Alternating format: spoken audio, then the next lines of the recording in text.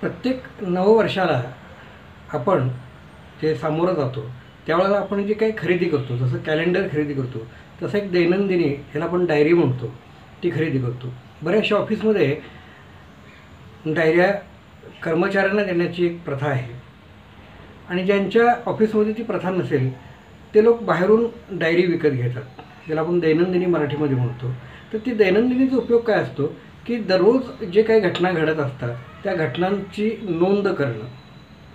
त्यामुळं 12 महिन्यानंतर कोणती घटना कधी घडली हे जर आपल्याला बघायचं असेल तर आपण डायरीचा एक वापर करतो आणि ज्याच्यामुळं आपल्याला रेफरन्स ॲक्युरेट लागतात. तर अशा ज्या दैनंदिनी आहेत यामध्ये कोणती दैनंदिनी घ्यावी हा एक प्रश्न येतो.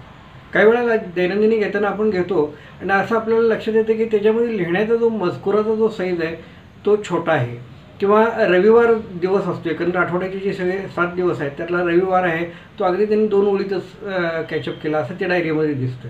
तर डायरी घेताना सगळे पूर्ण पान असावं अशा पद्धतीची असावी आणि जी आपल्याला दैनंदिन उपयोगासाठी त्यात आवश्यक असणारी माहिती असावी.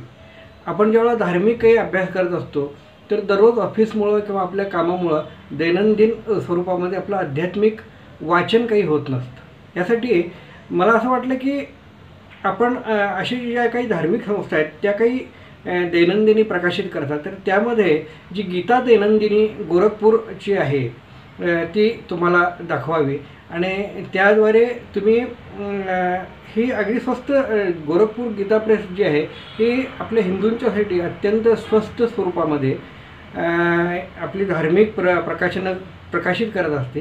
तर त्याच्यामध्ये दरवर्षी ते गीता दैनंदिन नावाचा एक ग्रंथ प्रकाशित करतात. त्याच्यामध्ये दैनंदिनीच्यामध्ये दैनंदिन जे पान असतं ते पूर्ण पान आहे आणि त्याच्यामध्ये एक भगवद्गीतेचा श्लोक असतो आणि त्याचा एक अर्थ त्यांनी दिलेला असतो. त्यामुळं आपल्याला काय होतं की जर अशी आपण दैनंदिनी विकत घेतली तर त्याचा फायदा असा होतो की आपल्या हातून गीतेचं वाचन होतं आणि गीतेचं वाचन आपण वर्षभर पूर्ण करणार आहोत असा एखादा संकल्प करूनच हे वर्षाला आपण सामोरं जावं. यासाठी मी म्हणजे व्हिडिओ तयार करतो की ज्याच्यामुळं आपला जो मुख्य ग्रंथ आहे तो भगवद्गीता आहे आणि गीतेचं वाचन आपलं रेग्युलरली व्हावं.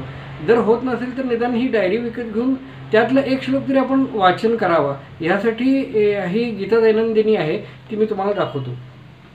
तर ही जी गीता दैनंदिनी आहे ही अशा पद्धतीनं आहे आणि ह्याच्यामध्ये वेगवेगळ्या प्रकारची माहिती पण आहे. जसं या ठिकाणी त्यांनी पंचांग दिलेलं आहे, संक्षिप्त पंचांग नावाचं एक पंचांग त्यांनी दिलेलं आहे. मी शॉर्टमध्ये हे पंचांग पण लिहिलेलं आहे.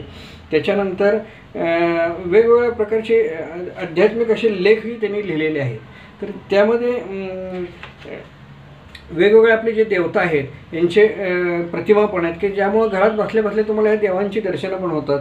गीतेचं महात्म्य त्यांनी सांगितलेलं आहे या ठिकाणी आणि अशा पद्धतीनं काय काय नोट घ्यायची आहे किंवा आपली माहिती लिहायची ती दिलेली आहे आणि अशा पद्धतीनं त्यांनी वेगवेगळ्या प्रकारची लेख पण दिले, छोटे छोटे वेगवेगळ्या आपल्याला उपयुक्त होणारे जे काही विचार आहेत तेही दिले आणि दैनंदिन स्वरूपामध्ये जी गीता लिहिलेली आहे त्याच्यामध्ये प्रत्येक ठिकाणी त्यांनी गीतेचा एक श्लोक दिलेला आहे आणि पूर्ण आपल्याला लिहिण्यासाठी दैनंदिन टिप्पणी घेण्यासाठी असा पान आहे आणि पंचांगीवरती दिलेलं आहे. तर ही जी मी विकत घेतली ही 1,200 रुपयाला घेतलेली आहे. तर अशा पद्धतीची जी गीता आहे ही प्रत्येक आपल्या हिंदूंनी विकत घ्यावी आणि दररोज कमीत कमी भगवद्गीतेचा एक तरी श्लोक वाचावा. यासाठी ही अतिशय उपयुक्त ठरणारी एक दैनंदिनी आहे आणि ह्याचा आपण विचार करावा.